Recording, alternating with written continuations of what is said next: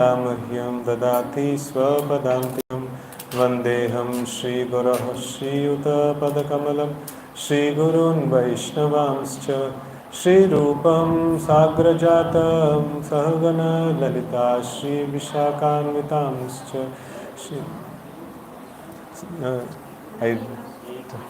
I told wrong, no, correct. He Krishna Karuna Sindhu Deenabandho Jagatpate Gopesha Gopika Kanta Radha Kanta Namasute Tapta Kanchana Gaurangi Radhe Vrindavaneshwari Vrishabhanu Sute Devi Pranamami Haripriye Vancha Kalpatarubhyascha Kripa Sindhubhya Evacha पतितानां पावनेभ्यो वैष्णवेभ्यो नमो नमः। जय श्री कृष्ण चैतन्य प्रभु Nityanand Shri Advaita Gadadhar श्रीवासादि गौरभक्तवृंद।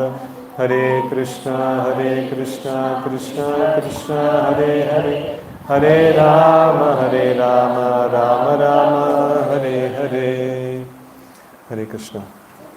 So this is today we are going to see a presentation on Sadhana Bhakti. So this is a presentation which I made last week for Narsimha Giridhari Mandir. We were discussing on this subject, and then today morning also in the youth class we were discussing on the same subject. So like it is quite interesting, this one, and it's a research that we have been doing since like almost 1 year plus. And those of you who have attended the Bhakti Shastri unit, you might relate with this. So that the concepts that we were presenting, so now we have put it in a little bit more graphic and charted way, so that it becomes easier to actually take in. So there are some details in the chart. So if like anybody is not able to see that clearly, they can come close by. So this is basically taken from a section of Chaitanya Charitamrita. So that is Sri Chaitanya Mahaprabhu is teaching Rupa Goswami, and in that this whole section actually comes. So it is this whole thing is there are many living entities are there. So in that, what all the different kinds of classifications of these living entities are, and then finally coming to the human beings, and then finally coming to the followers of the Vedic principles. And so in this way, like it actually grows. So the first shloka in this section is Eite Brahmanda Vari Ananta Jiva Gana. So there is this whole Brahmanda is filled with so many living entities. And Chaurasi Laksha Yonite Karaya Brahmana. So all these living entities, they are put into different bodies. So there are 84 lakh different species of life is there. So in that species, all these different living entities are actually living in. And so unlimited living entities in 84 lakh species of life. And then the living entity size is mentioned. Keshagra, Shateka, Bhaga, Puna Shatam Shakari, Tara Sama Sukshma Jivera Swarupa Vichari. So the living entity size is 1/10,000 part of the tip of the hair. So there is another shloka also that is quoted. Keshagra Shatabhagasya Satamsha Sadrishatmaka Jiva Sukshma Swarupoyam Sankhyaito Hichitkana. So this is in Bhagavad Gita also this appears. So this is the size of the soul that is mentioned. Then these living entities, they are present in 84 lakh species of life is there. So but amongst them there are two major categories. So Tara Madhyas Thavara Jangama Dui Veda. Some are moving and some are non-moving living entities. And Jangame Triyaka Jala Stala Chara Vibeda. So basically there is, in the moving living entities, there are Triyak. Triyak means the living entities which are this one, what is it? Animals. They are called Triyak.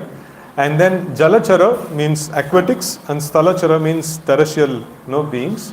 So in this way, like there are many divisions that are there amongst the 84 lakh species of life. So then we saw that moving and non-moving is there. And then in the moving category and in the category of living entities who live in the land, So there are further divisions are there. Tara Madhya Manushya Jati Ati Alpatara. Tara Madhya Mlecha Pulinda Bauddha Sabara. So like amongst the human beings also there are like human beings are very very less in number. If you see there are even if you go to a clinical testing, so in this small portion you will have lakhs and lakhs of microbes will be there. So if that many living entities are there, you can imagine like in the whole universe how many living entities will be there. No, tremendous amount of living entities will be there. In that, I don't know, human population is how much? Maybe 7 billion. Huh? Nearly 7 billion. 7 or 8 billion. Total world ka human population, 7 billion. So that is the this one. So very very that is what is mentioned. Tara Madhya Manushya Jati Alpa Ati Alpatara. No, very very little is human. This one. And Tara Madhya Mlecha Pulinda Bauddha Sabara. So in that many are uncivilized people are there. So uncultured and uncivilized people are there. So then so human beings amongst them both civilized and uncivilized are there. So then we have Veda Nishta Madhye Ardeka Veda Mukha Mane. So like there are other people, amongst the civilized people there are Veda Nishta. Veda Nishta means those who are followers of Vedas. And followers of Vedas also almost maximum people are only, they just put the symbols of like this one, hum bhi religious hai. And then पूछेंगे तो like चाय काफी and all those things सब कुछ चलेगा. And then हम भी सनातनी हैं and things like that. So it will be, so in this way Tara Madhya अर्धे का Veda मुख्य माने, like just for namesake they are there. And Veda Nishta Papa kare dharma nahi gane. So there is amongst in the name of following of Vedic this ones, they will perform those activities which are not prescribed in the scriptures. Sometimes in the name of following of Vedic this one, like people even take non-vegetarian. There are some places where even Brahmins, they take non-vegetarian and things like that. So which is nisheda in the scriptures. So such classifications are also there. So followers of Vedic Dharma is there. And then Dharmachari. There are certain people who follow the Dharma very nicely. Dharmachari Madhye Bahuta Karma Nishta. So like there are people who are following of Vedic Dharma very nicely. So amongst them, the Karma Nishta or people who desire material advancement, they are maximum actually. And Koti Karma Nishta Madhye Eka Jnani Shreshta. So amongst many lakhs and lakhs of Karmanishta people, one person if he is a Jnani, that's a very great thing. So Jnani means what? Jnani means, at least Bhakti Shastri students should tell.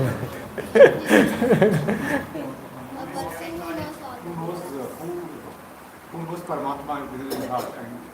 Okay, who knows Paramatma? Okay, fine. Next. Any other? Who's the? Who knows he is the soul and he is only the driver of his body. Yes. So difference between matter and spirit. If somebody understands the difference between matter and spirit, or at least if somebody keeps that as a goal and then he functions on the platform of mode of goodness, so he is considered to be jnani, right? So like in this one, don't know, I should put that slide as well. So there is two kinds of jnanis that are there. In the Bhagavad Gita we find that Arjuna wants to take sannyas after seeing the battlefield and things like that. So I don't want to fight this battle. Basically I want to advance in transcendental realization. So for transcendental realization one has to come to the path of jnana. So like jnana yoga starts with taking sannyas. Before that you cannot perform jnana yoga. So before that you can only perform karma yoga. So and discharging his religious duties at this point in time for Arjuna, fighting the battle of Harikshetra is the duty that he is supposed to perform. And Krishna is actually inspiring him to perform his duty. And Arjuna is telling, no, I want to take sannyas. And Krishna is telling, why you want to take sannyas? So I want to make spiritual advancement. Like enough of all these material things. I want to make spiritual advancement. So then Krishna is telling, if you perform your dharmic duty of fighting without attachment to the results of activities and with desire for purification of heart, So your execution of karma will also result in the results like jnana. It will actually, the karma itself will act like jnana. So he actually mentions and he inspires Arjuna that he should not give up his varnashrama duty, he should perform. So like here it is mentioned koti karma nishte eka jnani shreshta. So jnani could be a person who is a sannyasi who is performing like activities of jnana, or it could be a person who is performing varnashrama duties or maybe in the family life and still functioning all his duties, performing all his duties without attachment to the result and with only desire of making spiritual progress, then he also can be called as a jnani, because he will also be able to generate that level of realization. He will also be able to get the realization of the body and soul, the difference between body and soul and things like that. So such kind of jnanis are very, very rare amongst the like many karmanishta people. So one jnani is like very, very rare. And koti jnana madhya haya eka jnana mukta. So that means like there is perfection is there. So jnani means a person who is endeavoring to gain knowledge about body and soul, or get practical realization and things like that. But amongst them, only one, like very rare person who will actually get the perfection of understanding that level of difference between body and soul, right? And koti mukta madhya durlabha eka krishna bhakta. So amongst many like this one perfected jnanis, one krishna bhakta is very, very rare. So this is how the gradation actually is given in this one, and Sri Chaitanya Mahaprabhu mentions. So we see there is another very important this one to be understood. So amongst these different kinds of positions, how do we categorize them as goodness, passion and ignorance? So ignorance means not interested in following any yoga or any rules and regulations. That is called anyabhilasha. So like we all might have heard this definition of bhakti, anyabhilashita shunyam jnana karma dhyanavritam anukulyena krishna anushilanam. So this anya abhilasha means adharma or sinful activities which is not prescribed in the scriptures. So that which is prescribed in the scriptures is karma, jnana, yoga and bhakti. This is what is prescribed in the scriptures. Anything apart from that becomes anya abhilasha. So it is called ignorance. So like and then passion means following the rules and regulations for the sake of material advancement. That is called passion. So like a materialist, a Vedic materialist is called passionate person. So they will be like meticulously following all the rules and regulations of the Vedic system. And why you are following all these things? For the pleasure of the Lord. Why you want to please the Lord? Because Lord is the master of all material things. And if I please Him, He will make me the king of heaven, or He will make me like, He will give me some wonderful material facilities and things like that. So they know the pathway of dharma and they use the pathway of dharma. Dharma, like why do they perform dharma? For the sake of artha. And why do they want artha? Artha means money or economic development and things like that. And why do they want artha? For the sake of kama, material enjoyment. So this is dharma, artha, kama is pertaining to the materialistic people, and moksha pertains to jnani, and prema pertains to bhakta. Like that. So karma, jnana and bhakta. So like so passionate people, so they follow the rules and regulations meticulously for the sake of material advancement. And goodness, so they follow the yoga system very perfectly for the sake of making spiritual advancement. So this is the difference. This is the difference. So in ourselves also we will find sometimes like we know that early in the morning we are supposed to get up, and then our mind says, you see, like you're every day you are getting up early in the morning, you are doing spiritual activities, but you are also human being, so you should, your body, like you also have a body and you should take some rest and thoda relax karna hai. That means that is ignorance is speaking actually. So anywhere if we are like getting a prompt for skipping some rules and regulations, means that is an act of ignorance actually. Mode of ignorance. All the modes acts upon us. All the three modes acts upon us. So whenever there is a disinterest in following the rules and regulations, that means ignorance. Like following the rules and regulations for the sake of material advancement, that becomes passion. And for the sake of spiritual advancement, that becomes goodness. So this is the generic understanding. And material advancement means generally they will be following varnashrama dharma.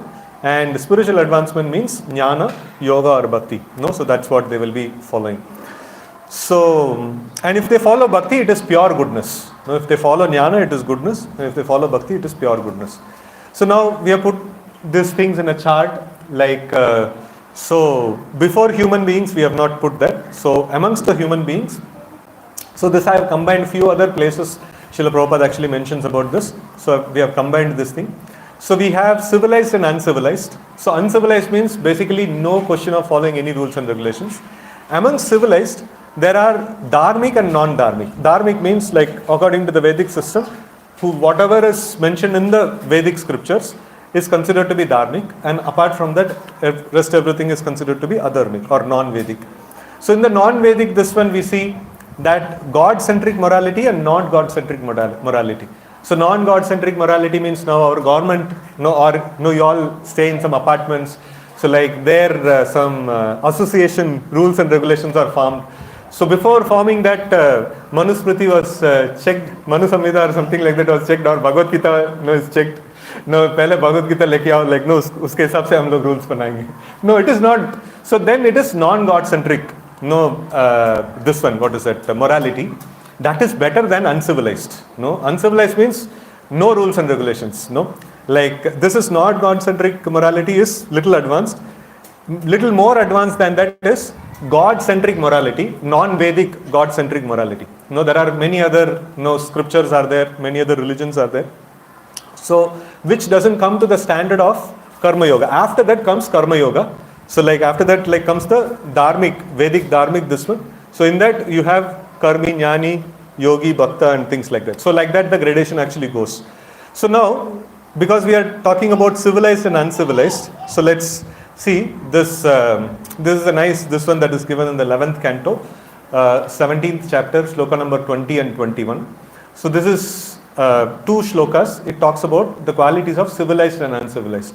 You will see that any materialistic country also, for example, you take America or you take any country like which is materially very progressing, and they are considered to be like civilized kind of people, you will find value for all these things. Saucham, you will find those places are very clean, and then Satyam, honesty, like okay, at least by rule, by what is it? The government, they value honesty, So and then abstinence from thievery, still in many countries, stealing is a crime, So that means civilization kuch bacha hai abhi.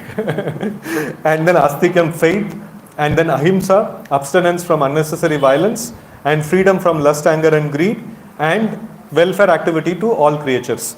So still philanthropy and all those things are there, and then lust, anger and greed is there, but everybody knows that these things are not very good. So at least this is, people will know that any civilized environment, any civilized this one, even materialistically, so these things are quite expected actually.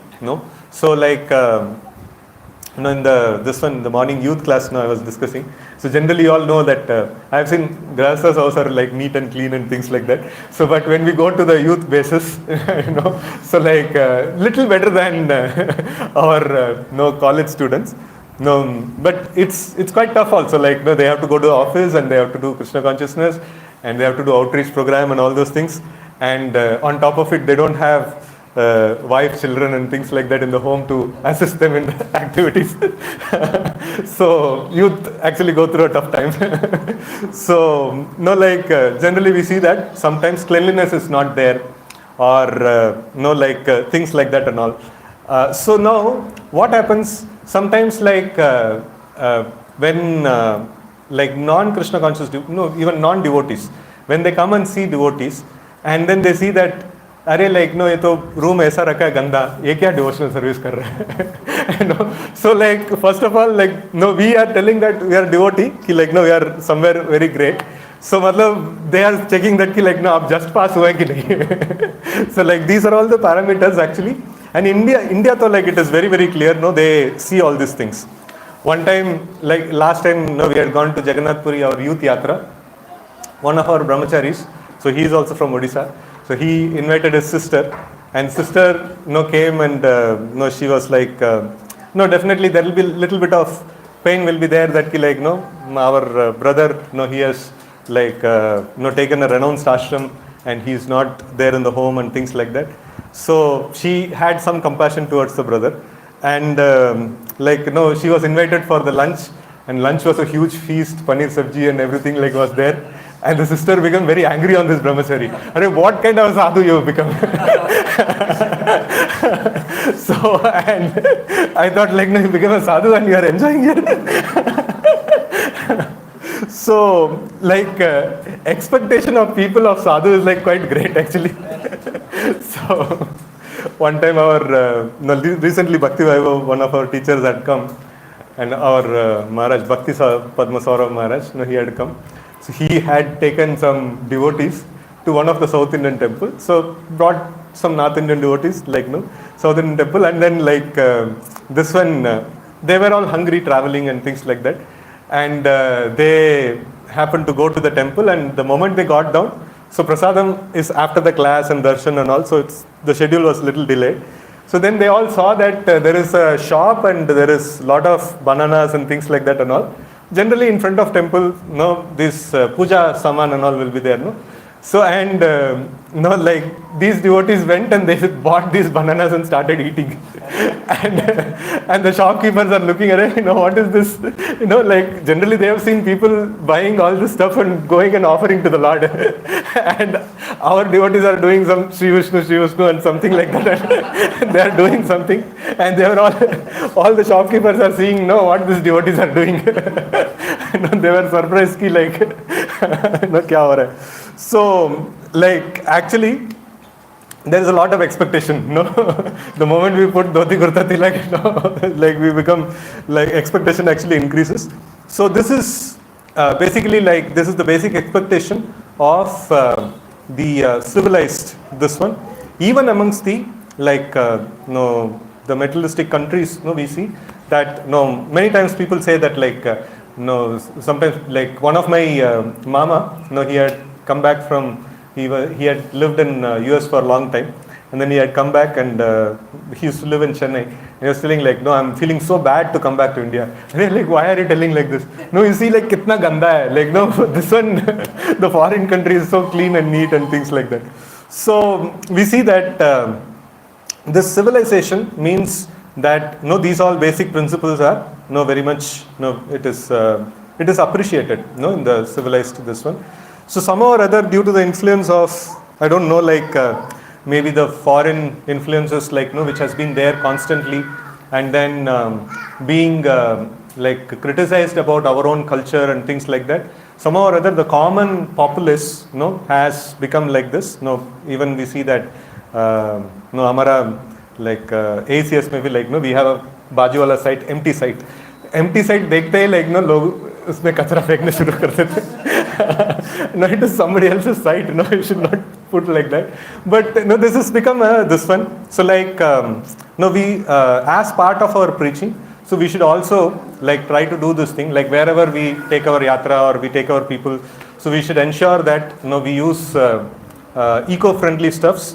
And even though eco-friendly stuffs we are using, still we should carry some bags and things like that, and we should collect and we should properly dispose. If we do all these things, people will appreciate a lot. In fact, many times people appreciate our Rath Yatras and things like that and all, because we put behind one team for garbage collection and all. So people like it, so they appreciate. We are chanting Hare Krishna and all that and all. Okay. No, you people are clean. That's that is what is they will actually see. So and even Prabhupada also got some appreciation like that. So first Rath Yatra when was taken in the West, so police and all, they appreciated, this crowd is not window breaking crowd. And Prabhupada is to keep on telling that in so many classes. So people actually notice. So you are actually giving Mahaprasad, you are giving Darshan of Jagannath, you are giving holy name, you are giving books, transcendental books. तो ये लोगों को कुछ पता नहीं उसके बारे में. आप रोड साफ रखे लिखना अच्छा है, आप लोग अच्छा है. So that is how much they can estimate. So then we see that when we come to the Vedic Dharma, so then we have Karmi, Jnani and Bhakta, and within the Bhakta we have Karma Yogi, and then that is the minimized devotion. Then we have maximized devotion and exclusive devotion. So these are all different categories that are there.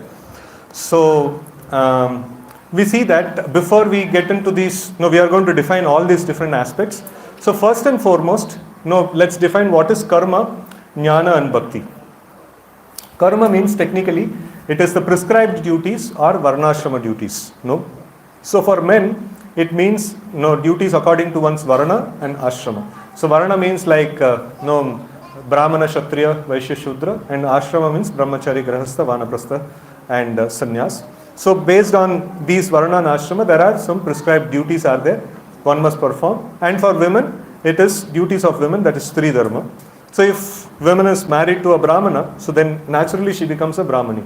So like that. So it is the husband's Varna actually naturally applies to the wife. So that happens. And they also assist the husband in the same set of duties. And the Jnana, like, so in the Bhagavad Gita, these set of things are mentioned. So Amanitvam, Adambitvam, Ahimsa, Kshantirarjavam, Acharya Pasanam, Saucham, Staryam, Atma Vinigraha. So like that, so many different this ones are there. So these are all different like angas of jnana: humility, pridelessness, non-violence, tolerance, simplicity, worship of an acharya, cleanliness, and all those things. These all comes under the category of duties of jnana, right? And then we have the duties of bhakti. Bhakti means it is a discrete set of items, 64 in number, as listed in Nectar of Devotion. I think now the Nectar of Devotion is going on, no? Aapka?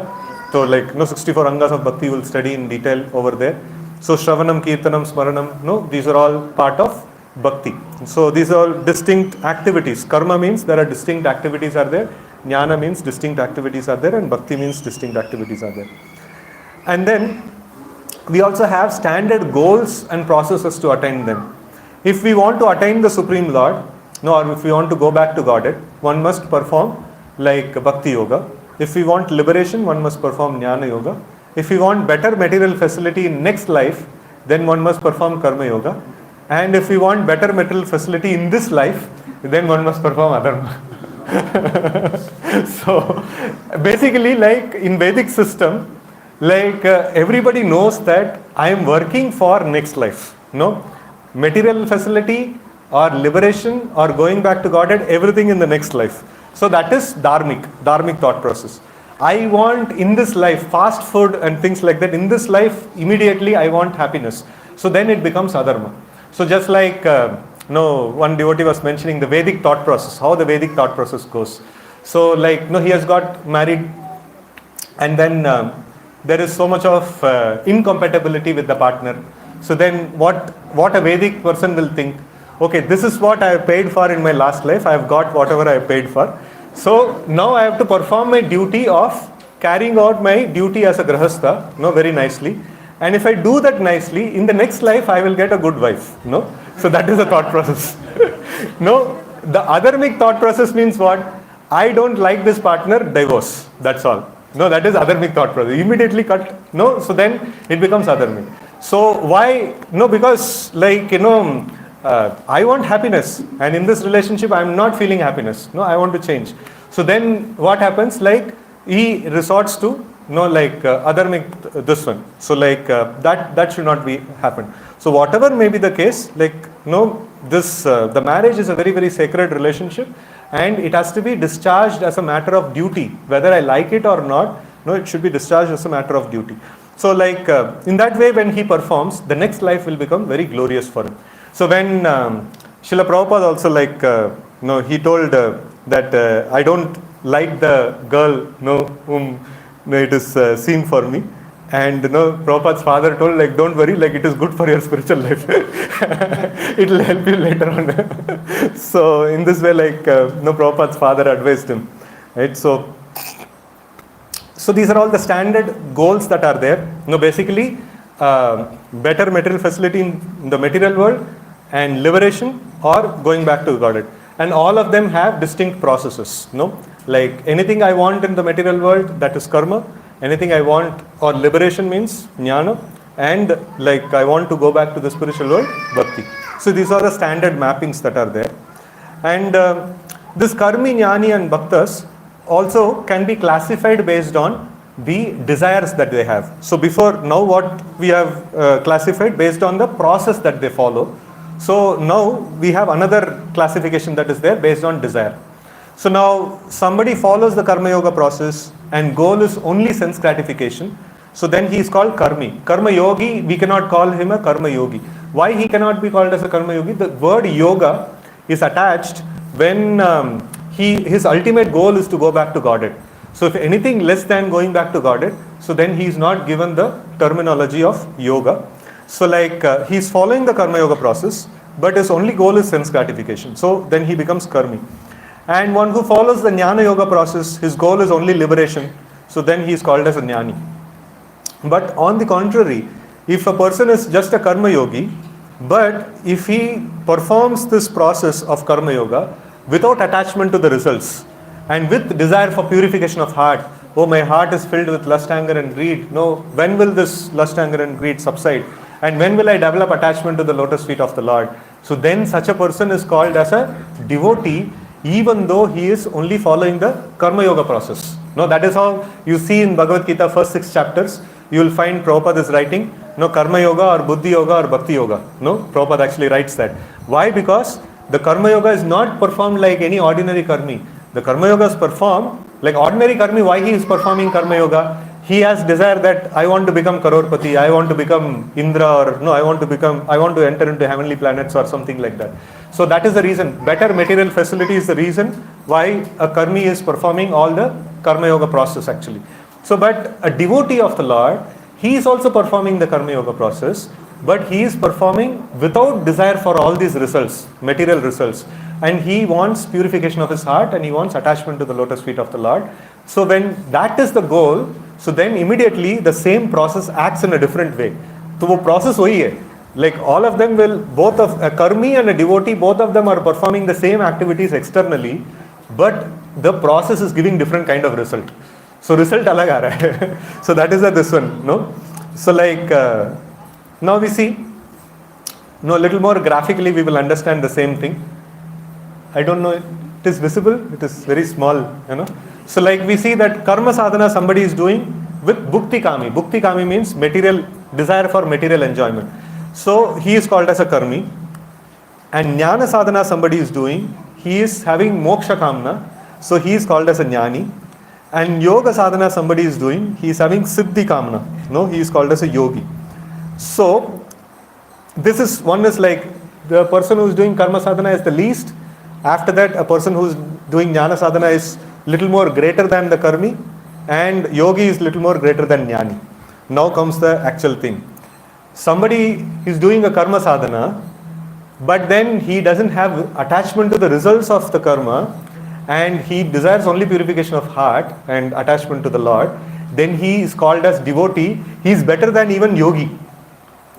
You see, no, a Karmi and a Karma Yogi, no, or a devotee, like the number 1 and number 4, both of them are having material attachments. Both of them are on the material plane. But one is called as a Karmi, one is called as a, this one, devotee. And then you see, a Jnani, he has, to great extent, he has overcome the material attachments, the enjoyment in the material world and things like that. So, but still, the number 4, he is still having material attachment, but he is praying to the Lord, please remove this material attachment and make me a devotee. So he is much more greater than a person who is actually given up material attachment. This is how Krishna actually places. In the first chapter of Bhagavad Gita, you will find that Krishna is actively promoting that a devotee, who is a Karma Yogi, is better than Jnani and Yogi. Like that is what Krishna is actually actively is telling. The whole of first 6 chapters, Krishna is glorifying a devotee who is performing Karma Sadhana. And then how can he discount Jnana Sadhana and Yoga Sadhana like that? Because they are not devotees. So like one is you perform that particular activity and then along with that desire. So like the people who are criticized in the first 6 chapters of Bhagavad Gita are people who are doing the bona fide sadhana, but they are attached to either Bhukti, Mukti, Siddhi, Kamna. So they are being criticized, not the devotees who are wanting to make advancement in spiritual life. So even more greater than this is a maximized bhakti. We will see the definition of maximized bhakti, and even more greater than that is exclusive bhakti. Right? So in this way, like there are different classifications are there. And as we have already discussed, that in the first 6 chapters, Krishna and Srila Prabhupada glorify this karma yogi devotee. So like they are called as Krishna conscious devotees. So now let's go more deeper into this, each of these terms, like bhakti and karma and jnana. So like what is called as a bhakti? So bhakti means, you find that there are 64 discrete angas of bhakti are there. And the bhakti, if you see, the act of bhakti itself is considered to be bhakti.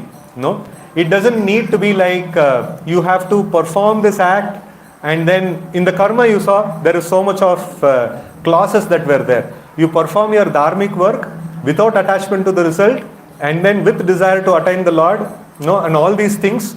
With all these things, if you perform your karma, that karma can be considered as bhakti.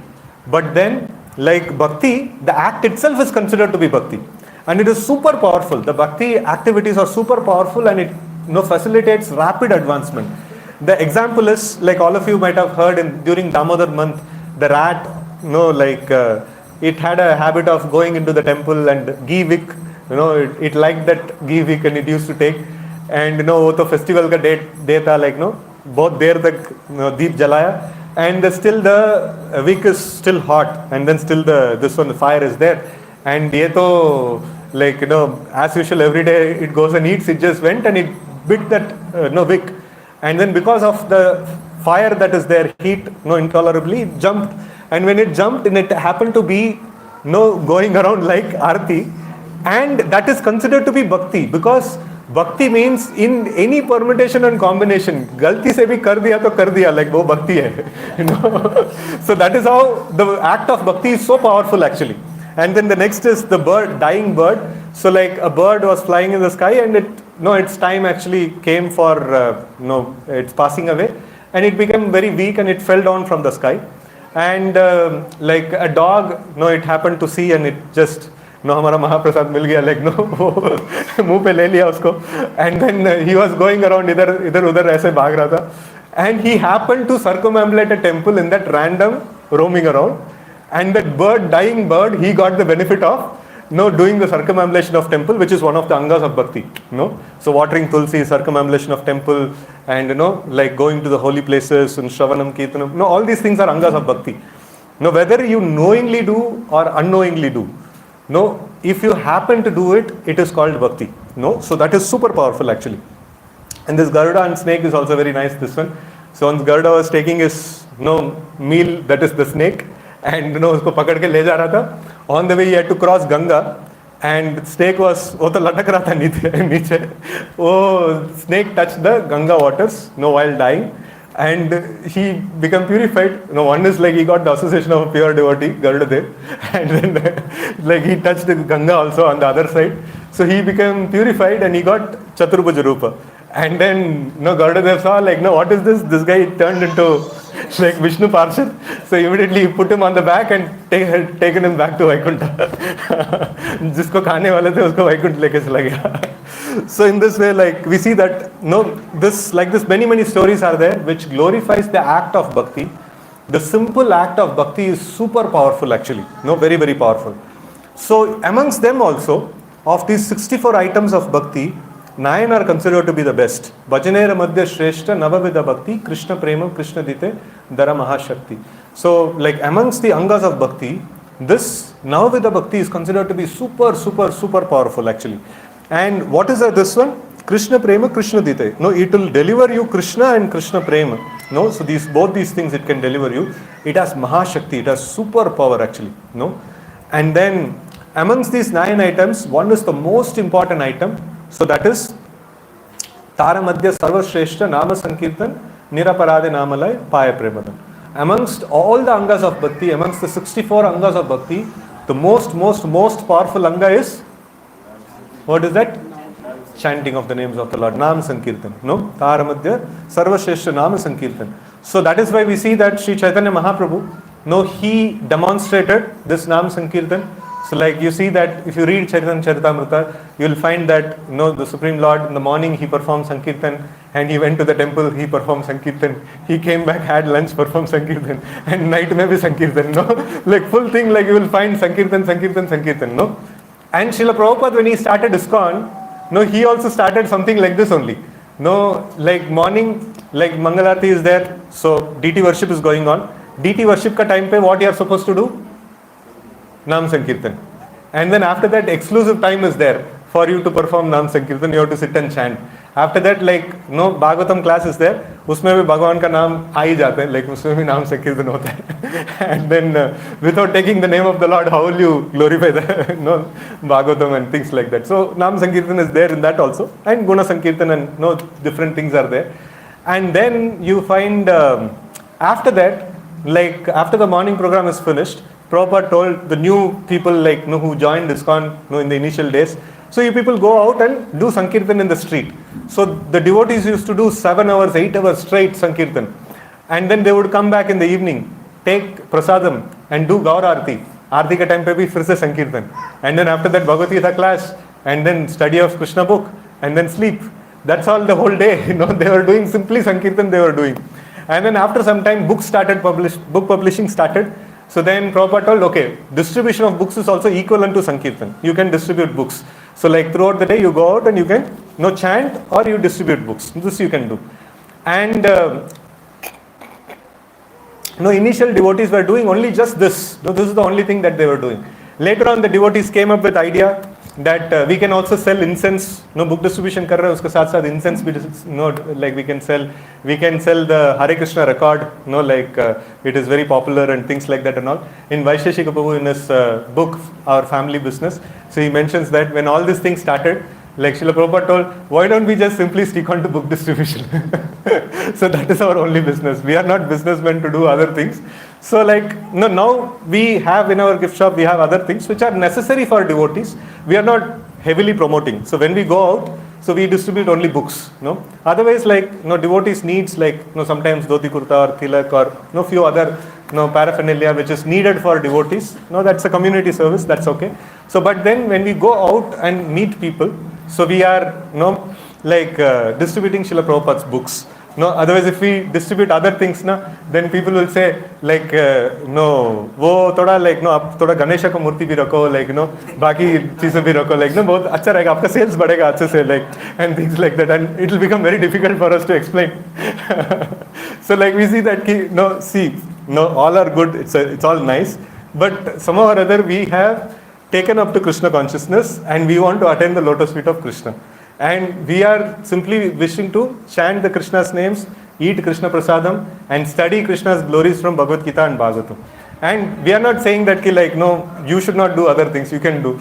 But we are trying to do this. If you also want to do, you please join us. That's our propaganda. So like we see that this Nam Sankirtan is very, very important, and the book distribution is also put on the same level as the Nam Sankirtan, which is non-offensive distribution of the holy name and like holy description of the Lord, because the Acharya's version of speaking of Krishna consciousness is like pure, the purest form. And we become the medium of giving that book to somebody, so we become engaged in the Sankirtan activity. So it is very, very important. So for all ISKCON devotees, so chanting of the names of the Lord, chanting both privately and in the public, and distribution of Srila Prabhupada's literatures becomes the core function of our devotional service. And then we have another 5 items. This is in another place of Chaitanya Charitamrita it is mentioned. Amongst the 64, these 5 are considered to be very, very powerful. Sadhu Sangha, Nama Kirtan, Bhagavata Shravan, Mathura Vasa, Srimurter Shraddhaya Seva. Right? So it is very simple to understand. Sadhu Sangha, devotee association, Nama Kirtan, so like chanting of the names of the Lord, and Bhagavata Shravan, hearing Srimad Bhagavatam, Mathura Vas, staying in a holy place, and Srimurter Shraddhaya Sevan, so like worshipping the Murti or deity worship, performing deity worship. So Sakala Sadhana Shrestha E Pancha Anga. Of all the sadhanas, these 5 are considered to be like Shrestha. And why it is so? Krishna Prema Janmya E Panchara Alpa Sangha. Even if you have a little bit of association with these 5 items, you will make tremendous progress actually. And Krishna Prema will arise in the heart. So now comes a question, is my regular job bhakti or not? So we see that it is an indirect devotional service. So like we have a technical term called like Sangha Siddha Bhakti and Swarupa Siddha Bhakti. So Sangha Siddha Bhakti means an activity, actually it is not Bhakti, but in association with Bhakti, it can be called as Bhakti. No? And Bhakti, the acts, we saw that like Arati, performing Arati, in itself is Bhakti. No? So like my work itself cannot become Bhakti. If I do my work without attachment to the results, and I'm using all the results in the service of the Lord, and I'm desiring purification of heart and things like that, then that work becomes Bhakti. No? The work becomes an indirect devotional service. It can never become direct devotional service. Direct devotional service is 64 in number. That's all. तो उसमें कुछ updation नहीं कर सकते हम तो वही है साफ साफ लिस्ट खत्म हो गया उधर so like no, when we perform our dharmic work in ideal sense, if we see, it is varnashrama duties. So when we perform our varnashrama duties and performed along with direct devotional service, even while performing our regular work, I am supposed to do my 16 rounds, like I am supposed to read and hear and all those things. I have to do all those things. Along with that, I should perform a dharmic work, and then without attachment to the results, and immediate profits also used in the service of the Lord. So generally when we call as results, we don't call the results like, no, आप job कर रहे हैं, आपका उसका result क्या है?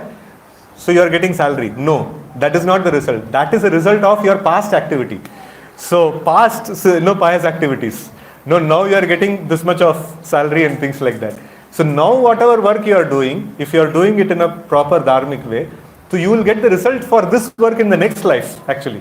So results are always delivered in the next life. No, this life you work and you enjoy the results in the next life. No, that's how it generally goes. So immediate profits, what comes, that should be used in the service of the Lord, and desiring only purification of heart and advancement in bhakti. So this is called indirect devotional service, and this is called, this actually facilitates gradual progress. Rapid progress means that rat wala, bird wala, and this one and things like that and all we saw, like that is engaging in the time that you engage in the direct chanting of the names of the Lord, direct reading of Srila Prabhupada's books. So they are very, very powerful. They should be like, the time that spent on that should be very nice and focused, quality and things like that. So we should put that kind of an endeavor, towards that time, right? So that is why Srila Prabhupada actually, encouraged Varnashrama. So he saw that, like as I was mentioning, Srila Prabhupada gave a schedule, to the like initial joinees of ISKCON. He gave a schedule of full day Sankirtan, nothing else, And then, okay, if we keep on doing Sankirtan, how will we eat? And Krishna was like, no, Krishna will provide. No, sorry, Prabhupada said, Krishna will provide. And devotees thought, okay, Swamiji is telling means like it will be true. And they were just simply doing Sankirtan and like, wonderful things happening. Interested devotees can go to this lecture. There is a nice, very, very amazing lecture by Indradumna Maharaj. So the lecture title is called Silver Spoon. So you all can search that. It's a very hilarious, very amazing lecture it is. So in that, Indradumna Maharaj, like he was a grahastha, and then he went to a place and he's spiritually seeking and things like that and all.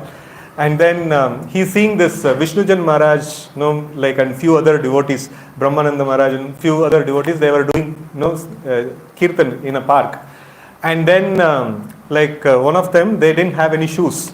And then one person actually came and asked, like, you people are doing this, chanting and things like that and all.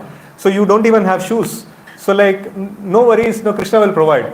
And within short while, one person, he comes and says, like, I have 9 number shoes. Is there anybody who wants it? And then he says, like, yes, I am number 9. and that guy, and Indradumna Maharaj sees all these things. Wow, this is amazing. It's like chanting, and then like he's telling that like Krishna will provide, and immediately Krishna is providing. And like he was just clean bold. And then he went and told like, what you people are doing, like, so I also want to know something about it. And then then these devotees, 3 devotees, I forgot the other devotee, Vishnujan Maharaj, 3 devotees basically. So on all 3 of them, they told, okay, fine, this Indradumna Maharaj is asking, you all please come to my home. And then these people are telling, you see, like, we don't take anything, we take only prasad. And this person, like, what is that? Prasad means, that's a food that we cook and we offer to Krishna. He's like, everything is a bouncer for Indradanu Maharaj. Nothing he knows. Okay, fine, like whatever it is. And then they're taken to a shopping mall, and he just got his salary. And these three devotees, they loot the whole salary. The entire salary is like, they purchase all the groceries and things like that. And they go to the home and they make some, there also they are chanting and like this is a phenomena that you see, like these devotees, whenever there is a gap, immediately they start chanting Kirtan. That's the activity. That's how Prabhupada trained them actually. So, and then they prepared nice boga, they set up a nice altar and like, all these things and things like that. And this person, like Indradanu Maharaj, like was so much attracted to them, like, he was completely bowled over, and then, he didn't want to leave them, and he actually wanted to go with them and things like that. And but then these are all sannyasis, they were having this one rule that they will not stay in one place for long. So they left. And when they left, so they left a silver spoon which they were using in the service of the Lord. So actually in the previous day, Maharaj had asked this question, that you people are like, renunciants and things like that. What you are doing with this spoon? Like this is like silver, it's like costly thing. What are you doing with this? And he was, that time Vishnujan Maharaj, I suppose, he told, you don't understand. This is so special. This is Srila Prabhupada's spoon, like that. So the next day, he sees that room is empty. And these all people have packed their bags and gone, but they left the spoon for him. So then when he saw that spoon, like he was like, literally he was crying and things like that. And where are these devotees? He was keep on searching after them. And finally, like he met the devotees again and he joined this one and things like that. So now, basically, Srila Prabhupada trained the initial disciples in full-time Sankirtan, and then when he saw that the devotees are not able to perform full-time Sankirtan, then immediately he started speaking about Varnashrama. Varnashrama is the natural alternative or substitute. How much ever time, if you can do 24/7, only the angas of bhakti, it's all well, all good, nice. If you cannot, it has to be substituted with the dharmic activity. That's where the Varnashrama actually comes into picture. And in fact, like now all ISKCON temples also given a mandate that all temples should have or should sponsor or should try to do something in direction of Varnashrama. So it is like, this is also part of that thing, like we are speaking about this. So then we see that, Srila Prabhupada, we'll read from Srila Prabhupada's words. The culmination of all kinds of yoga practice lies in Bhakti Yoga. All other yogas are but means to come to this point of Bhakti Yoga. Yoga actually means Bhakti Yoga. So in technically speaking, if you add this word yoga, immediately it becomes Bhakti Yoga. Karma Yoga means Bhakti only it is. So Jnana Yoga means it is Bhakti only. So but if it is not Bhakti, if they are not aiming at attaining the lotus feet of the Lord, then they are called as Karmi, Jnani and things like that. Their yoga word is not added to it, right? So all other yogas are progressions towards this destination. From the beginning of Karma Yoga to the end of Bhakti Yoga is a long way to self-realization. Karma Yoga executed without fruitive desires is the beginning of this path, and fruitive activities or karma include sinful activities also. Karma means any activity, any fruitive activity. So that includes sinful activity also. But Karma Yoga, however, does not include sinful activities, but only good pious activities or prescribed activities. This is Karma Yoga. Then when the Karma Yoga increases in knowledge and renunciation, the stage is called Jnana Yoga. And then when Jnana Yoga increases in meditation on the super soul by various physical processes, and when the mind is on him, so one has reached the Ashtanga Yoga. Right? So in this way, like the progression actually happens. बहुत time चलेगा तो window थोड़ा close कर दे तो अच्छा रहेगा. Concrete is going ना तो टाइम लगेगा. It will take time.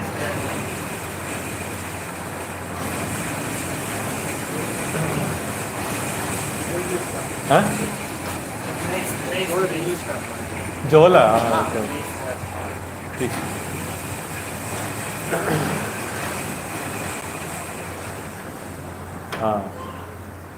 Good amount of this one is. So in this way we see that like when one surpasses Ashtanga Yoga and comes to the point of serving the Supreme Personality of Godhead Krishna, he reaches Bhakti Yoga, the culmination. So in this way we see that like gradual progression is there. This is put in a little graph. So there is only one path. Yoga is 0 to 100 is just one path. If you have crossed till 50 kilometers, so then it is called as Karma Yoga. If you have crossed till, like, still further 75 kilometers, it is called as Jnana Yoga. If you have crossed 100%, then it is called, or if you are in that kind of a path, then it is called Bhakti Yoga. So in this way, there is these different, this ones are there. So now, the pure Bhakti means one has to be free from Anya Abhilasha, Anya Abhilashita Shunyam, that means no adharma. And so that means the civilized and uncivilized that we saw, so that should be 0, like uncivilized things should be 0. And then Jnana Karmadi Anavritam. So Jnana Anavritam means one should not be attached to the impersonal liberation, and Karma Anavritam means one should not be attached to demigod worship and things like that. See, demigod worship is also a dharmic activity. It's not an adharmic activity. But it is not an activity that is suitable for a person who wants to attain the, go back to Godhead in one lifetime. No? So such people should avoid certain dharmic activities also. No? It is not that only adharmic activities should be avoided. So there is Bhakti Anukula Karma and Bhakti Pratikula Karma. So demigod worship is Bhakti Pratikula Karma. And impersonal liberation is Bhakti Pratikula Jnana. So Shastra Vichar is a Bhakti Anukula Jnana. No, Shastra Vichar is also analysis of scriptures, is also comes under the category of Jnana. So but then when it is performed for the service of the Lord, then it is acceptable in the devotional service. But attachment to impersonal liberation, this is not acceptable in pure devotional service. Right?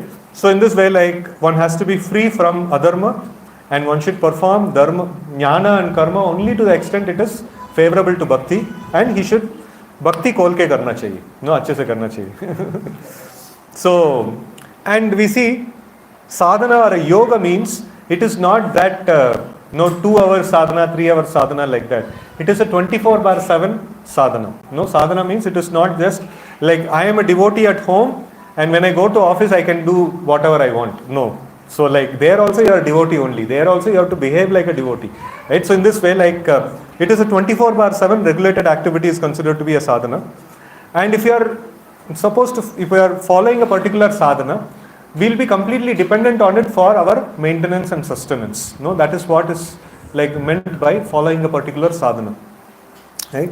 So now we also come to this aspect of this karma, jnana and bhakti that we saw. So Srila Prabhupada actually mentions that what is the position of this karma, jnana and bhakti in our daily practice.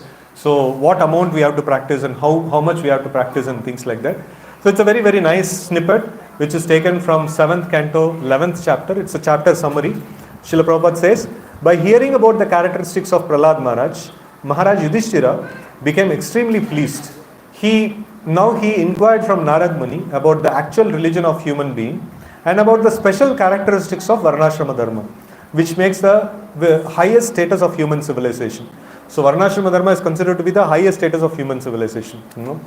And when Maharaj Yudhishthira asked Narad Muni about these matters, Narada stopped giving his own statements and quoted statements by Lord Narayana. For he is the supreme authority for giving religious codes, that is Dharmam tu Sakshat Bhagavat Pranitam. Every human being is expected to acquire 30 qualities such as truthfulness, mercy, austerity, etc. The process of following the principle of religion is known as Sanatana Dharma and the eternal religious system. So what is this 30 qualities every human being is supposed to follow? So this is the 30 qualities that are there. It is truthfulness, mercy, austerity, bathing twice a day, tolerance, discrimination between right and wrong, control of mind, control of senses. What does it look like, this list? How does it look like, this list?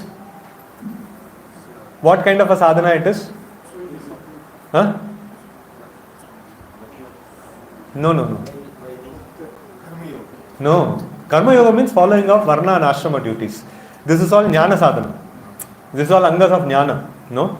And then you see that non-violence, celibacy, charity, reading of scriptures, simplicity, satisfaction, rendering service to the saintly people, gradually leaving that which is unnecessary, and then observing the futility of the unnecessary activities of human society, and remaining silent and grave and avoiding unnecessary talk, considering whether one is body or soul, distributing food equally to all living entities, both men and animal, seeing every soul, especially in the human form, as part and parcel of the Supreme Lord. So in this way, like these are all jnana sadhana. This is mandatory for every human being. And then we see next 22 to 30 is what? Hearing, chanting, remembering, rendering service, worshipping, obeisances, servant, friend and surrendering. How does it look like? Navida Bhakti. That means the jnana sadhana and bhakti sadhana is mandatory for every human being. No, this is what is this one. Prabhupada writes a very nice thing. In order that human being be distinct from the animals, the great Saint Narada recommends that every human being be educated in terms of above mentioned 30 qualities. Nowadays there is a propaganda everywhere, all over the world, for a secular state, a state interested only in mundane activities. So secular state means what? हम कुछ religious practice को like आप करना है तो कर लो, but कुछ preach नहीं करना चाहिए, कुछ ज़्यादा कुछ हलचल नहीं करना चाहिए. Now recently in Chennai this has happened. Like loud Nama Sankirtan is been banned. Like if you have to perform public Sankirtan, you have to take permission from collector. This is what is our government is going towards. We can just see like this what is it? They all, and the question is raised, why it is categorically Nama Sankirtan alone is being actually categorized. It is not about ISKCON, this one. In generic they have passed. Some other organization they were doing Sankirtan. And like itna loud Nam Sankirtan in public places cannot happen karke. So like so many other things are there. Marriage party leke ja rahe, like trumpet baja rahe and things like that and all. So why it is this one? It's so much of religious hatred has been put into the society, put into the people's mind actually. So it is this is a flaw in the modern system. But if the citizens of the state are not educated in the above mentioned good qualities, how can there be happiness? For example, if the total populace is untruthful, how can the state be happy? Therefore, without consideration of one's belonging to the sectarian religion, whether Hindu, Muslim, Christian, Buddhist or any sect, everyone should be taught to become truthful. Similarly, everyone should be taught to be merciful. And everyone should observe fasting on certain days of the month. Prabhupada is telling us, right? Even Muslim, Christian, everybody should fast on our Ekadashi. Prabhupada's logic is very simple. Everyone should bathe twice a day, cleanse his teeth and body externally, and cleanse the mind internally by remembering the holy name of the Lord. And Prabhupada went to the Muslim countries also, and he told, okay, fine, whatever is your holy name, if you have the name Allah, you chant that. It is very important. Like if you don't chant the names of the Lord, so then you will not, you will not be in a civilized situation also. Therefore, one should chant the holy name of the Lord regardless of differences in linguistic pronunciation. Also, everyone should be taught to be very careful not to discharge semen unnecessarily. This is very important for all human beings. If semen is not discharged unnecessarily, one becomes extremely strong in memory, determination, activity and vitality of one's bodily energy. Everyone should also be taught to be simple in thought and feeling and satisfied in body and mind. Simplicity, satisfaction and things like that. These are general qualifications of a human being. There is no question of a secular state or an ecclesiastical state. Unless one is educated in above mentioned 30 qualities, there cannot be any peace. So this is like very clearly Prabhupada is mentioning. Before we talk about spreading fighting amongst Hindu is best or Muslim is best or Christian is best and things like that. Prabhupada's argument is, let's all come to the understanding कि ये सब चीज़ छोड़ देंगे, हिंदू मुस्लिम ये सब चीज़ छोड़ देंगे. पहले ये 30 क्वालिटीज़ में बात करेंगे. So it is basic in all the religious systems. पहले हम इसको फॉलो करेंगे, उसके बाद हम देखते हैं बाकी चीज़ कौन सा धर्म को फॉलो करना है बाद में देखेंगे. So पहला हम लोग this 30 is it conflicting? Is this 30 conflicting with any of the religious principles? No. Why not we come to a common consensus on this 30 principles and why not we follow this? So this is Prabhupada's argument here. So now there is an important conclusion that comes around. These 30 common duties involve 21 angas of knowledge and 9 angas of bhakti. Thus, chanting 16 rounds is not sufficient to call ourselves devotees, because that is something basic for all human beings. सब लोग तो chanting करना ही है. So chanting 16 rounds is not like it cannot just mark us as devotees, no? Like it is basic expectation of every human being. Everyone must perform Shravanam, Kirtanam, etc. as part of the 30 common duties. A devotee means he must act in the dharmic way for the pleasure of the Lord. Not just that, he should also have the goal of purification of heart and attainment of lotus feet of the Lord. One who wants to go back to Godhead, no one who wants purification of heart, he is the one who is like devotee, right? So in that way, like no, we see that no Amara, like sometimes our devotees also are confused. Ki like why are we calling ourselves as devotees and other people are not? No, there are so many nice people are there with good qualities and things like that. Because of this one reason, like anybody who has been convinced by Srila Prabhupada's philosophy, they accept Krishna as Supreme Personality of Godhead. And if you ask them what is the goal of life is to go back to Godhead. And then like is lust, anger, greed and things like that is good? No, this is all not good. And I also have and I should purify and things like that. So this means, it is devotee. So devotee means of this nature. Right? So even performing activities for the pleasure of the Lord, is it considered to be a devotional service? Only devotees perform activities for the pleasure of the Lord? Huh? You see? Here we see that Varnashrama Acharavata Purushena Parapuman Vishnu Aradedapanta Nanya Tattosha Karana. So we see that even karma, even an activity on the material plane also, it must be performed for the pleasure of the Supreme Lord. So as I was mentioning before, the Vedic materialists also know that if I want to become materially super rich, I have to please the Supreme Lord. So they perform the austerity tapasya to please the Supreme Lord. So now we see, we individually studied karma, jnana and bhakti, but then we see that always karma, jnana and bhakti is performed as a package only. No, it is not performed individually. So possibly bhakti can be performed individually, but karma and jnana can never be performed individually. If somebody is supposed to perform karma, he should also perform jnana and bhakti. Without that, he cannot perform this one. And if he performs jnana sadhana, along with that he should perform bhakti. And bhakti alone can be performed individually. So this is a very important this one. Karma loses its life, or karma fails to produce its result without performance of bhakti. Jnana loses its life without bhakti. Without bhakti, all other processes fail. When you perform a particular process and you add bhakti to it, तब जाके उसको जान मिलता है. नहीं तो उसको जान नहीं मिलता actually. Bhakti alone is independent and it can be performed exclusively, right? So there is a nice shloka that comes, Bhagavad Bhakti Heenasya Jati Shastra Japa Stapa Apranasya Degasya Mandanam Lokaranjanam.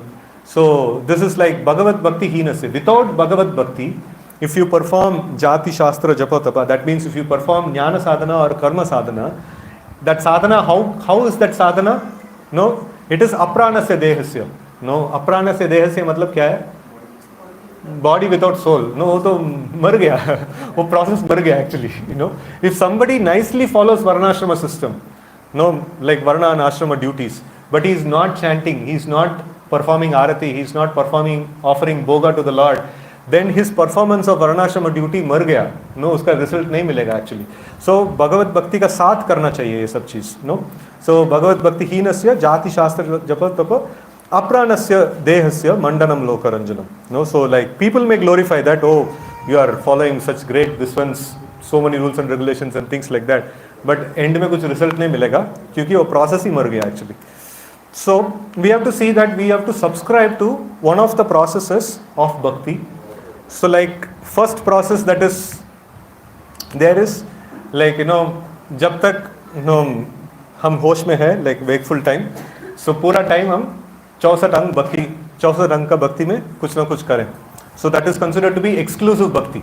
So 24/7 or the wakeful time is fully covered with only the angas of bhakti, Shravanam, Kirtanam, Smaranam and things like that. So that is considered to be exclusive bhakti, and this is one option.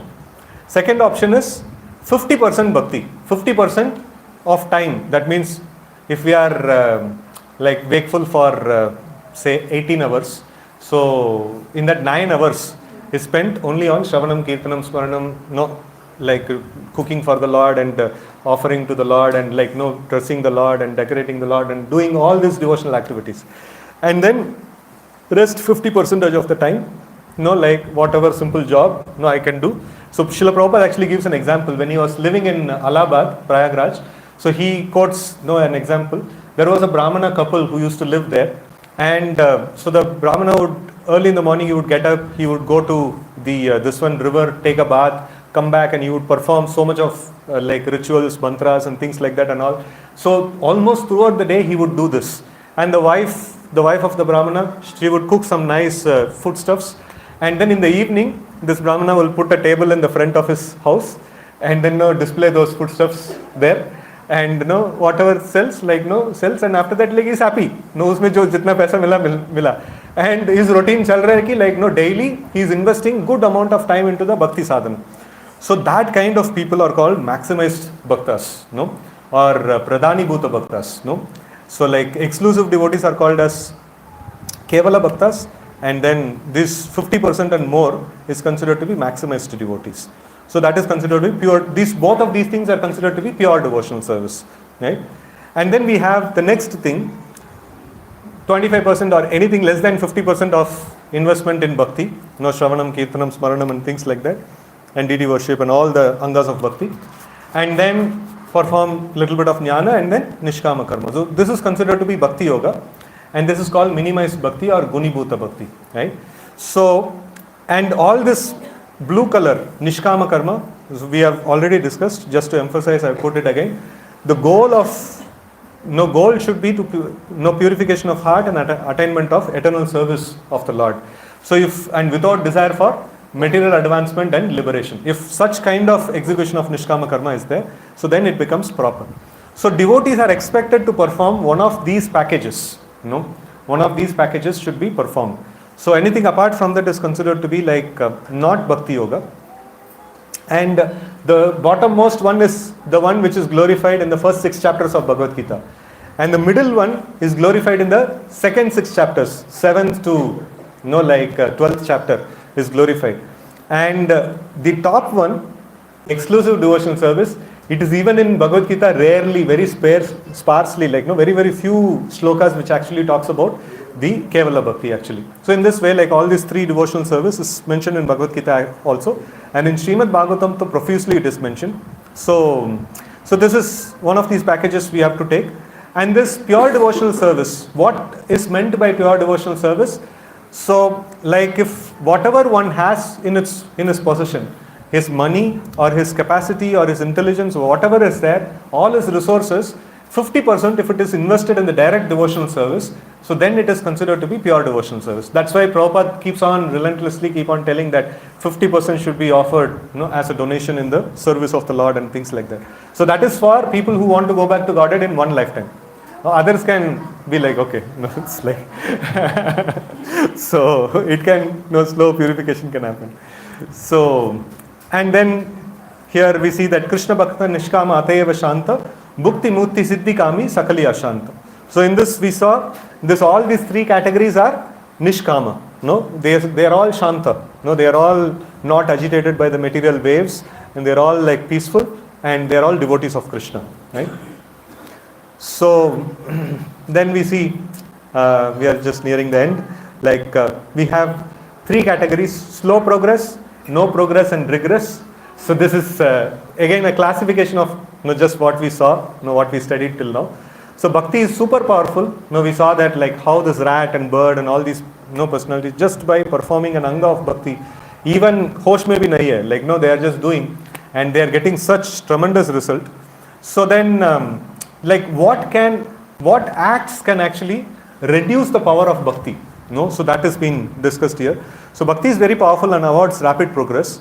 One can attain perfection within a very short time. But when that bhakti is mixed with other processes, it slows down.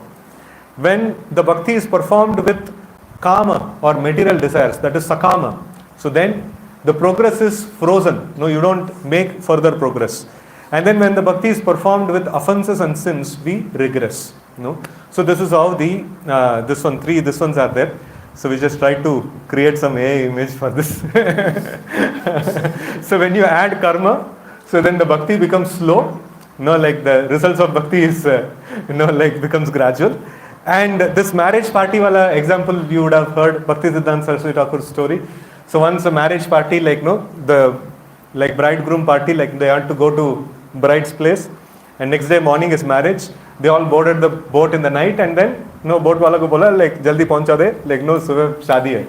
तो and boat वाला तो हम तो करते रहते हैं like you know just बैठिए like चिंता मत कीजिए. And then people sat and then they kept on rowing, and in the morning like they saw they were there only. And boatman को पूछता रहे लाइक नो क्या किया तुमने लाइक नो शादी का टाइम हो गया नो मुहूर्त का टाइम हो गया लाइक नो हम क्या करें. सो बोलते लाइक नो गलती से लाइक एंकर नहीं उठाया उसको क्या बोलते हिंदी में एंकर को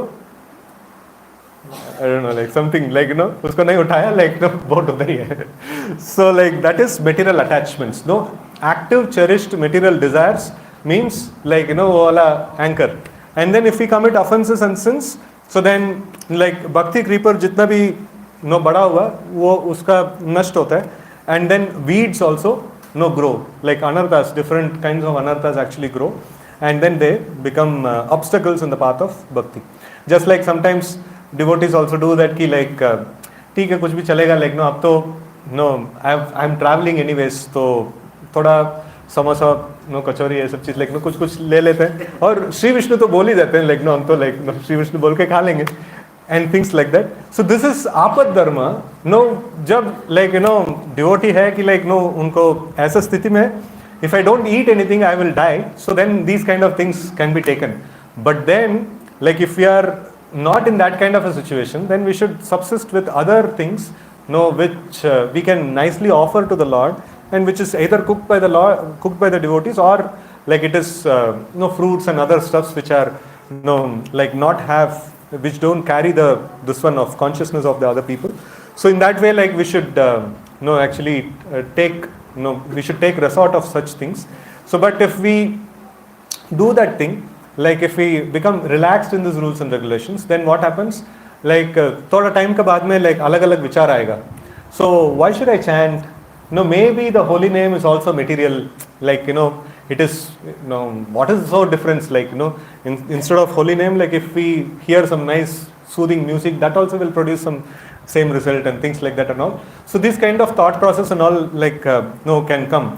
Even a well-read devotee, even a well-trained devotee, so can get into these things. So that is why we should be very careful you know, with these aspects. And so we have to perform bhakti, and when we add karma and jnana, the bhakti, the process becomes slow. And when we add cherished material desires, so then you know it becomes like the progress doesn't happen. And then when bhakti is performed with offenses, then it becomes we actually regress, and also the other weeds grow and they choke up the growth of bhakti. And the rarity of a pure devotee, we see that muktanam api siddhanam narayana parayana sudurlabha prashantatma kotishvapi mahamune. It is very very rare to see a devotee like no whose only desire is to no attain the lotus feet of the Lord, right? And Srila Prabhupada's greatness is that he is no his books and his teachings are producing like so many wonderful devotees no who are actually coming to this platform of no they want to attain only Krishna, and they want to make serious progress in Krishna bhakti, right? And then we see that brahmanda brahmite kona bhagyavan jeev guru Krishna prasade pai bhakti lata beach. So like very very fortunate soul no after wandering throughout entire no brahmanda, so by the mercy of Guru and Krishna, so he gets a bhakti lata beach, he gets a seed of devotional service. What is the seed of devotional service? That also Srila Prabhupada nicely explains. The methods, rules and regulations by which one is perfectly trained in the devotional service constitute Bhakti Lata Beach. No? So the methods and rules and regulations. No? So we see that the Bhakti Lata Beach can be received only through the mercy of the spiritual master. No, ऐसा वैसा no हम लोग नहीं ले सकते कि like methods, rules and procedures. No, like okay procedure तो किसी भी book पढ़ने में मिल जाएगा procedures. तो like no क्या बड़ी बात है. No, it has to be received from a spiritual master. It has to be blessed by a spiritual master. So then it becomes effective. So now we see each line is one method and procedure and this one. So this is like one kind of a beach. It is another kind of a beach. This is another kind of a beach. So we have to take a training how to perform this Krishna Bhakti in such a way that 24/7 my activities are in the dharmic frame and no, if not in exclusive bhakti is quite rare and quite difficult, and it's like you can say that fifth gear or sixth gear. No गाड़ी six gear में चालू करेंगे तो बंद हो जाएगा six gear होता भी नहीं है लाइक काफ़ी सारा गाड़ी में, एंड नो टॉप गियर में लाइक स्पीड पकड़ेगा बट देन गाड़ी चालू नहीं कर सकता टॉप गियर में, no. So you have to start the vehicle in the lower gear and then as we progress we have to switch the gears. So okay, now like you have been doing the minimized bhakti for a long time and you find it so nice, bhakti is so nice and things like that. So then the spiritual master or the devotee is guiding, no, they will say like, no, why don't you switch the gear, no, thoda sa like, no, abhi material activities ko thoda viram dijiye, no, thoda kam kar dijiye, and then no, increase the quantity of time that you are investing in bhakti and you will find it even more nice, and then you will find that Krishna is still going to take care of you, no. You are doing all the kind of activities, like all the necessary material activities, and you are sustaining, but as realization starts increasing, so we are expected to reduce the amount of time that is spent in the karma and increase the time that is spent in the bhakti, and then like somehow or other मरने के पहले like no top gear में आ जाना चाहिए. So even last one day also if you put yourself in the top gear you are going back to Godhead, no. So somehow or other, no, before quitting the body all of our aspiration should be we should quit the body in the top gear, no. So that is this one. So that is exclusive bhakti. Just नाम करते रहना है ऐसे like no पता भी नहीं चलना है कि कब मर गया, no, ऐसा मरना चाहिए. So that is a training, that is a proper Krishna conscious training, no, like to go forward, right? And then we see that esham tvantagatam papam jananam punya karmanam thedvandva moha nirmukta bhajante mam dridhavrata. In this one, no, only thing that needs to be avoided is sin and the offenses. So like until we subscribe to one of these bona fide packages, our Krishna consciousness, like that is ever increasing, no, jnana, vairagya and bhakti will not happen. And so a dharmic process is like entering into a car, no, and then no, you have entered into a car, but uske baad like no, accelerator दबाना है and clutch gear डालना है and then साथ साथ brake भी छोड़ना है. तो नहीं तो लाइक आधा करेंगे ब्रेक नहीं छोड़ा लाइक नो गियर नहीं डाला तो लाइक नो साउंड आएगा और धुआं निकलेगा बट गाड़ी आगे नहीं जाएगा. So like it is very important that it is an art और it is a science. Krishna consciousness is a science. So it is a 24/7 package and we need to like know these meticulous art, and Srila Prabhupada is tirelessly helping us to understand through his books and literatures and things like that. So and with association of devotees and with help of Srila Prabhupada, so all of us we can try to practice the Krishna consciousness in such a way that we see this bhakti, paresha anubhava and virakti, or jnana, vairagya and bhakti. So these three things simultaneously and progressively increase as we keep on practicing Krishna consciousness. So with this I pause today's discussion. Any questions, comments we can take. Hare Krishna.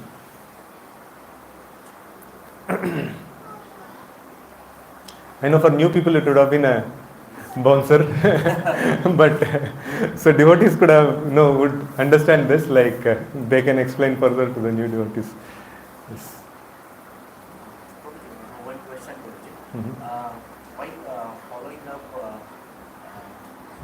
Varnashrama, if we want to achieve the exclusive bhakti, then what will be your suggestion for the doers of like us? So Srila Prabhupada's, okay, the question is, while following Varnashrama, so can we also come to the path of this one, exclusive bhakti? No, just first, I want to answer this in a lighter way. If you see in the, like in our, I don't know if it is still common in the household, but sometimes when old people in the house, when they get too much involved in the household affairs, so like the younger people, they'll tell, like no, time has come, no, like no, you just be there, no, Krishna, Rama, like no, you just do something and you be there. Your time you did everything. Now it is our time. You allow us to do. So it is expectation also in the Vedic society. It is expectation is also set that ki after some point in life, if you don't take to exclusive bhakti, you will be criticized. The family members themselves will criticize. So in the childhood, if you don't study, you will be criticized. In the youthhood or in the middle age, if you don't take care of your family, you will be criticized. In the old age, if you don't do Kevala Bhakti, you will be criticized. So our own people will criticize actually. This is an answer in the lighter sense. So, but in the deeper sense, if you see, no, Srila Prabhupada's construction of Varnashrama, it is not an ordinary Varnashrama that Srila Prabhupada actually has given. Srila Prabhupada has given the Daivi Varnashrama, which is conceived by Bhaktivinoda Thakur and Bhakti Siddhanta Saraswati Thakur. If you carefully see the Varnashrama, this one that is there, like you take a Brahmana in the Varnashrama. So they attend the morning program and they attend the evening program. And then in the day, so they are studying the scriptures, they are absorbing themselves in the devotional activities, and they are guiding others, and things like that. And you take a Kshatriya, in the Varnashrama society. So he is taking care of the economic, management and economy and things like that. But he is also attending morning program and evening program. And he is also throughout the day, Nam Sankirtan, there is so much of opportunity for performing Nam Sankirtan. And even a Vaishya in the Varnashrama community, he is going to the field and he is plowing and doing things. Even then he is continuously performing Nam Sankirtan. So this is the culture. Even if you see, आपका यहाँ पे Vittal का culture अगर देखेंगे, so this same thing, everywhere, even the farmers, everywhere they will be chanting the names of the Lord. So our culture is such that we are coming from such a rich culture actually. So this, even the Varnashrama system which is proposed by Srila Prabhupada is one lifetime process. It's a very, very powerful process where Bhakti is prominent, very, very prominent. So, somehow or other, now we have got some kind of we have got used to the modern education, modern jobs and things like that. So a kind of a resistance that is there. Even if we want to put our children on, Vedic Gurukul and things like that and all, what if, it doesn't work out? What if he wants to go to a job in the future and things like that?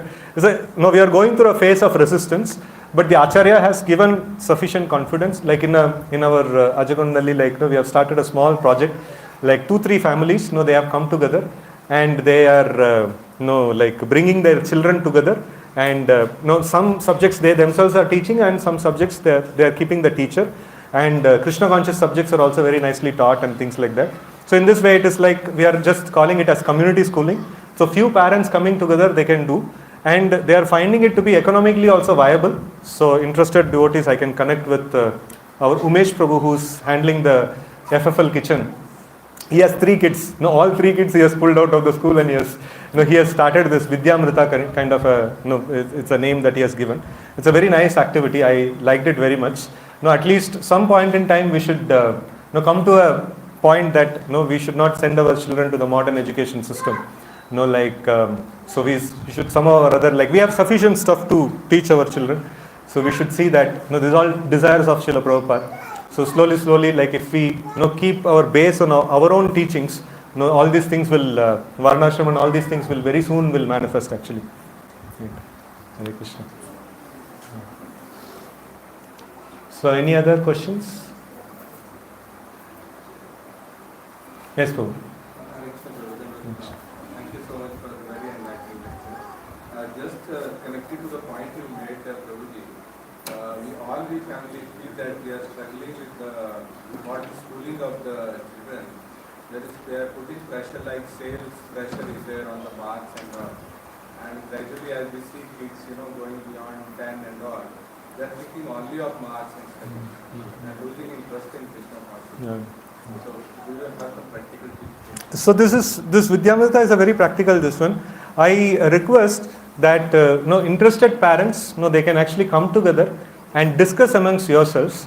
Some of the seed ideas I had actually given is that all our Matajis and Prabhujis are super educated actually. In fact, you will find our devotees are more qualified than teachers who are teaching our kids in the schools. Right? So that is in many of the cases, if you go and check the qualification. So maybe, so one point in this also we are facing a challenge. Our devotees are nicely educated, but they are not trained in teaching. So that is one lack of area that is there. So devotees can sharpen their skills in teaching skills.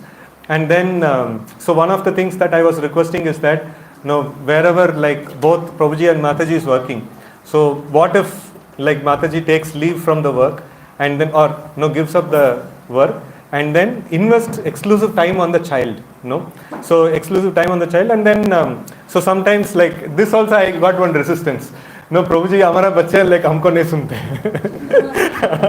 So like then okay, no, 2-3 parents coming together. So then that makes a different this one. Like हमारा बच्चा हमको नहीं सुनेंगे, but दूसरा माता जी को तो सुनेंगे. So in that way, like we can create some kind of a system. And even before doing this, if like just interested parents coming together and doing brainstorming, so many wonderful ideas will actually come. And then first start this one on the weekend basis, no? Like in fact, one devotee was telling, just like we are giving importance to Bhakti Vriksha and other things, so few nice devotees should be exclusively put in this service only, where they are doing research and thought process into like how we can develop nice syllabus and like educating the parents and educating the whole system and things like that.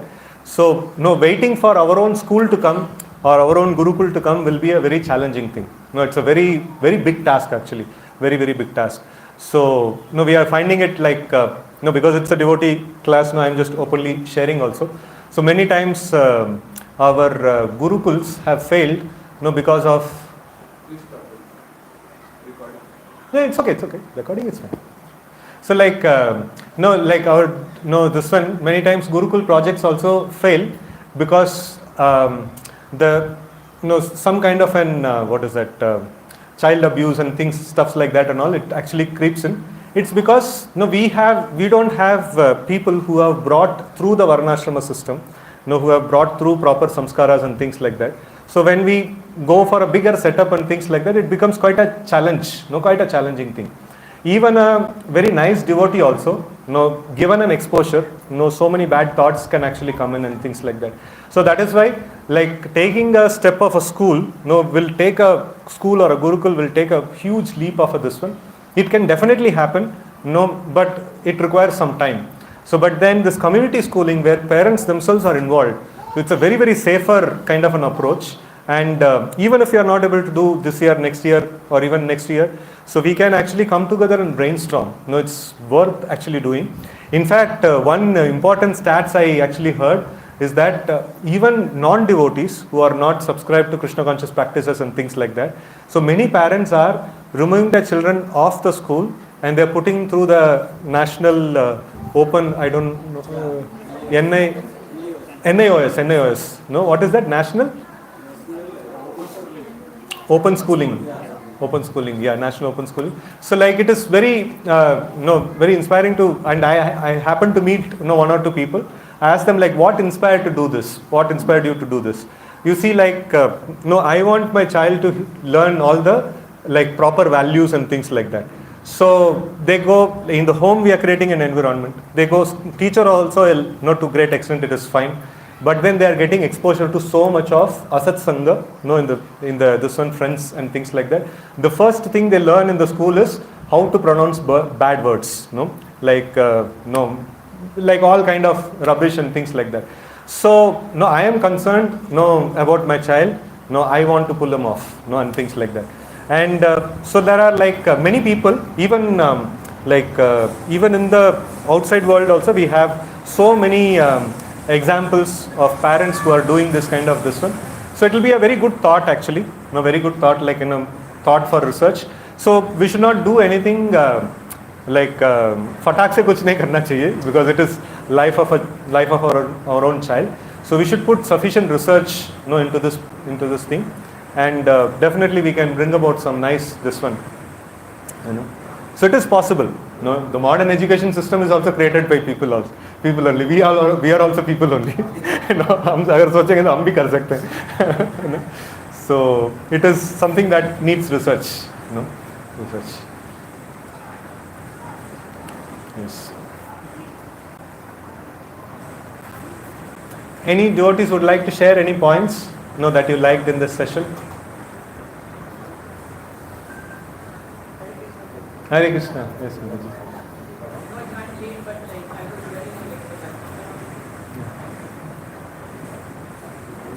Okay, we have a shloka from 7.28 Bhagavad Gita, Krishna Pantavata. So the translation is person who are impacted powerful and previous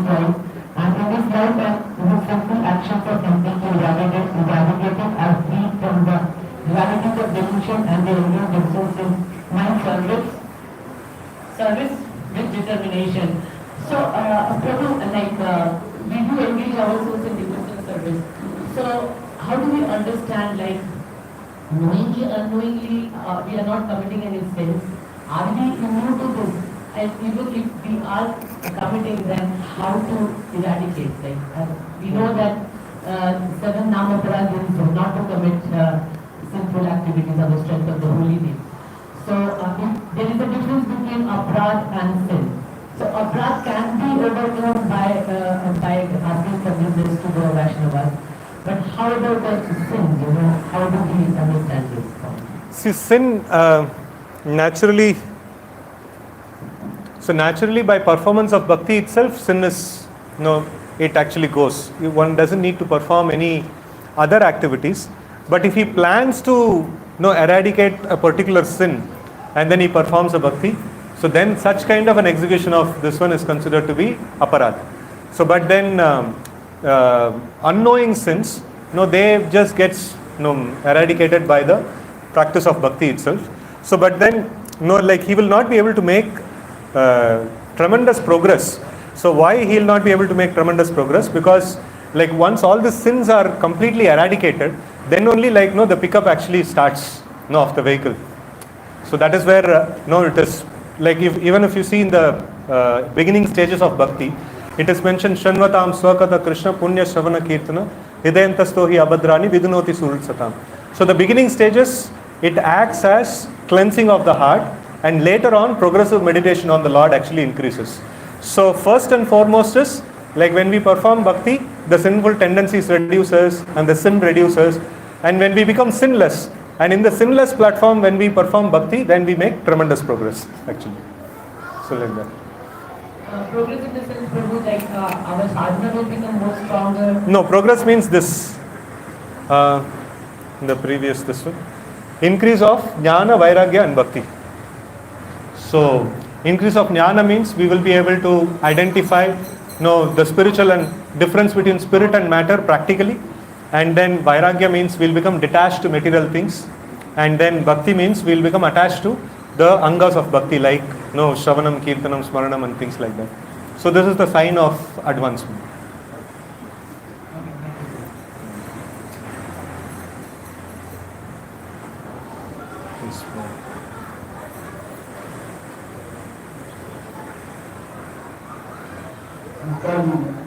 भगवान ने कहा है सर्वान धर्मान परित्यज्य मामेकम शरणं व्रज। तो हम तीन धर्मों को छोड़ कर्म धर्म, ज्ञान धर्म, योग धर्म, शरीर से हाँ, इन धर्मों को छोड़ने का क्या तात्पर्य है? सो भगवान क्लियरली बता रहे हैं भगवत गीता में. सो सब बोलने के बाद भी अर्जुन को प्रोत्साहन दे रहे हैं कि लाइक तुम कर्म धर्म को फॉलो करना चाहिए. सो लाइक अल्टीमेटली हम लोग ये सब धर्म को छोड़ के खाली भक्ति धर्म को फॉलो करना चाहिए. बट शुरू में हम लोग कर नहीं पाएंगे. सो हम लोग कर्म धर्म को साथ लेके चलना चाहिए. कर्म धर्म जो हम छोड़ देंगे तो हमारी सामाजिक प्रतिक्रिया कैसे होगी? हाँ, तो वो वाला चिंता है. मतलब आपका सामाजिक प्रक्रिया, व्यवहारिक प्रक्रिया, ये सभी कर्मों को जब छोड़ दें, हाँ तो हमारी ये सारे सामाजिक कर्म अव्यवस्थित हो. हाँ, तो वो चिंता है. मतलब आप छोड़ नहीं सकते. जिसको वो चिंता खत्म हो गया खाली वही छोड़ सकते हैं. सो इसके लिए अर्जुन को क्यों भगवान ने परमिशन नहीं दिया संन्यास लेने के लिए? क्योंकि वो अभी भी सोच रहा था कि मेरा परिवार के लिए क्या होगा, इनके लिए क्या होगा, उनके लिए क्या होगा करके. तो इतना सोच विचार है, मतलब वो संन्यास लेने का योग्य नहीं है. हम सब सारी प्रक्रिया को छोड़े नहीं. हाँ, तो वो जब तक हमारा उस लेवल पे चिंता है तब तक हम छोड़ नहीं सकते.